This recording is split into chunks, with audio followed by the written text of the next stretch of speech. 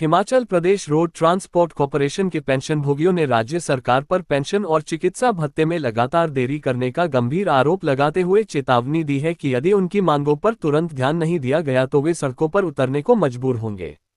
Himachal road transport corporation pensioners संयुक्त संघर्ष समिति हिमाचल प्रदेश की हमीरपुर इकाई द्वारा बस अड्डा हमीरपुर में आयोजित एक संयुक्त बैठक में यह बात उभरकर सामने आई। बैठक की अध्यक्षता समिति के प्रदेश कार्यकारी अध्यक्ष श्री अजमेर ठाकुर ने की।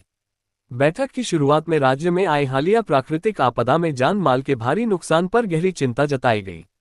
मृतकों की आत्मा की शांति के लिए 2 मिनट का मौन रखा गया और पीड़ित परिवारों के साथ एकजुटता व्यक्त की गई।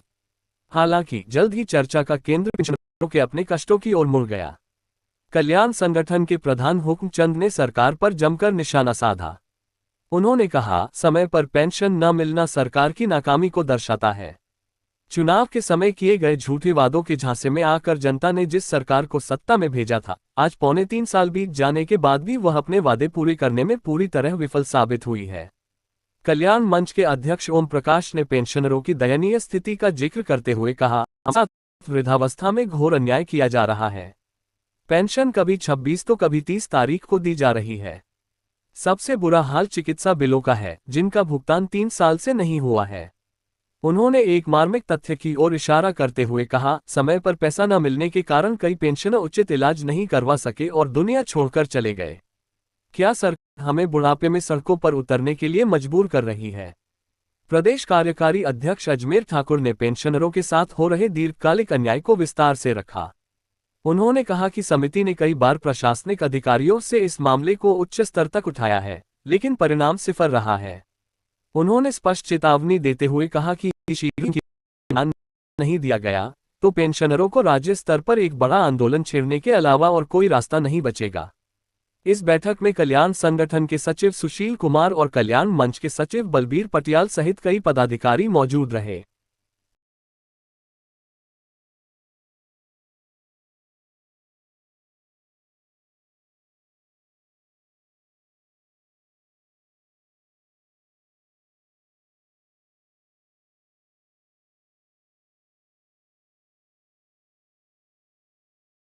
कि आज जो हमारी प्रदेश की संयुक्त संघर्ष समिति बनी है, उसके आदेशों के अनुसार जो है हमारे सितंबर महीने में जहाँ जहाँ बैठकें होनी थी वहाँ जन जागरण अभियान शुरू करने के आदेश हुए थे। ये 11/8/2025 को हमारी बैठक जेसी की वहाँ बिलासपुर में हुई थी, उसमें निर्णय लिया गया था। परंतु प्रदेश में इतनी त्रासदी आई है, लोगों के घर बह गए, ज़मीनें बह गई, लोगों की जानें चली गई। उस त्रासदी को देखते हुए हिमाचल सरकार ने जो है हिमाचल प्रदेश को जो है आपदा ग्रस्त घोषित कर दिया है। उसी कड़ी में इंसानियत के नाते हमने इस प्रोग्राम को स्थगित किया है।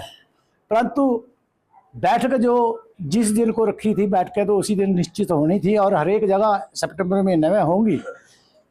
और इसी कड़ी को आगे बढ़ाते हुए ये फैसला लिया गया था कि जहाँ जहाँ भी संगठन और कल्याण मंच की इकाइयाँ हैं वहाँ पर जो है एक संयुक्त संघर्ष समिति का गठन इकाई के तौर पर किया जाए। वो आज हमने किया है, जिसमें हमारे नवनियुक्त अध्यक्ष श्री KL सोनी जी और ये कल्याण संगठन से और सेक्रेटरी हमारे कल्याण मंच से श्री शिव कुमार जी को चुना गया है और इसमें 15 मेंबर जो है दोनों संगठनों से दिए गए।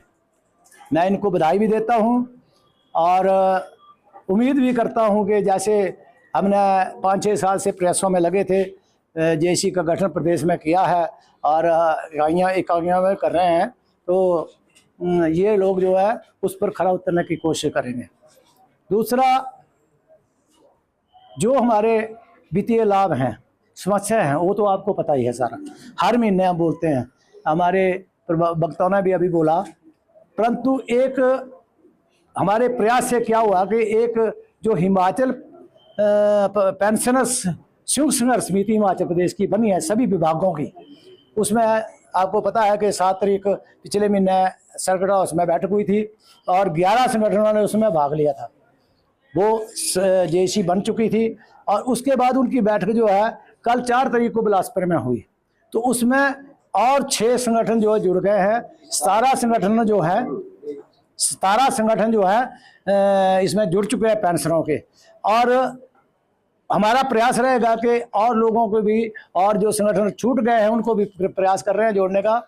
और उसी कड़ी में जो कार्यरत कर्मचारियों के संगठन हैं उनसे भी हम संपर्क में हैं कि उनको भी इकट्ठा जोड़ा जाए, ताकि सरकार जो ऐसी निठल्ली सरकार हमें मिली है, हमने बहुत उम्मीदें की थी इस मुख्यमंत्री से और इस उप मुख्यमंत्री से, क्योंकि ये विपक्ष में रहते हुए उप मुख्यमंत्री जी हमारी पेंशन के संबंधी समस्याओं को बड़े जोर शोर से उठाते थे। घर ऊना गए, सतपाल सत्ती जी के पास हमने असेंबली क्वेश्चन दिया और उन्होंने 29 तारीख को असेंबली क्वेश्चन लगाया, तब अग्निहोत्री को अपनी में फैसला लेना पड़ा और उन्होंने कहा कि आज पेंशन डाल रहे हैं।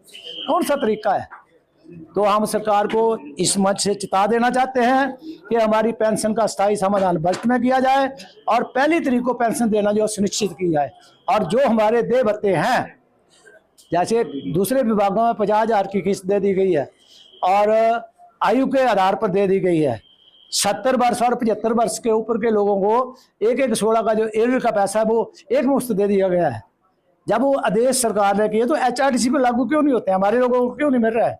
हमारे HRTC के लोग इससे वंचित हैं। जब ने काम सरकार के आदेशों के अनुसार 35 से 40 साल हमने रात दिन सेवाएं दी हैं। दुर्गम क्षेत्रों में बसों की कंडीशनें क्या होती थी, रास्तों की कंडीशनें क्या होती थी, कड़कती धूप में ठंड में हमने सेवाएं दी हैं। तो हम जो है कोई भीख नहीं मांग रहे हैं इनसे, हम वहाँ पर अपना जो हक मांग रहे हैं और हमारे हक को जो है इनको देना पड़ेगा और लेके छोड़ेंगे नहीं हम, क्योंकि हम प्रयास कर रहे हैं। जब कार्यरत कर्मचारी और सभी संगठन जो इकट्ठे हो जाएंगे तो सरकार को एक दिन में झुका देंगे और झुकाई हमने सरकारें पहले भी।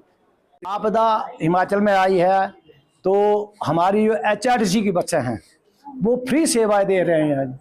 जैसे मणिमहेश है, चंबा में है, कहीं भी त्रासदी जहाँ जहाँ लोगों को दिक्कत आ रही है तो HRTC एक ऐसा संसाधन है कि उसको सरकार आदेश करती है और सरकार के आदेशों के अनुसार वो लोग रात दिन सेवा वहाँ दे रहे हैं और लोगों की सेवा कर रहे हैं, लोगों को अपने घरों तक पहुँचा रहे हैं। मगर सरकार उन कर्मचारियों और उन पेंशनों के साथ जो है सुतेला व्यवहार करती है। क्यों? अब अपनी सैलरियाँ बढ़ाने के लिए उनके पास पैसा है, चेयरमैन रखे जा रहे हैं निगम बोर्डों में, उनके लिए 30,000 से उठाकर 1.5 लाख रुपया कर दिया गया। तो कहने का मतलब उनको भी पैसा तो विभाग से जा रहा है, तो उनके लिए पैसा कहाँ से आ रहा है? कर्मचारियों और पेंशनों के लिए पैसा क्या रोना रोते हैं कि घाटा किस वजह से है? 150 अफसरों की फौज लगा रखी है, 24 डिपू हैं और पता नहीं मेरे हिसाब से तो 140 कितने मैनेजर, 140 मैनेजर होंगे और 40 मेरे ख्याल में DM होंगे, जबकि 4 डिवीजन है हमारे।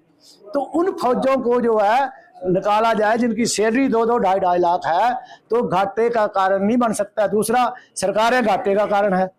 सरकारें जो चेयरमैन थोप देती हैं, वो फलाना थोप दिया अपने नानू मासूल लगाने के लिए।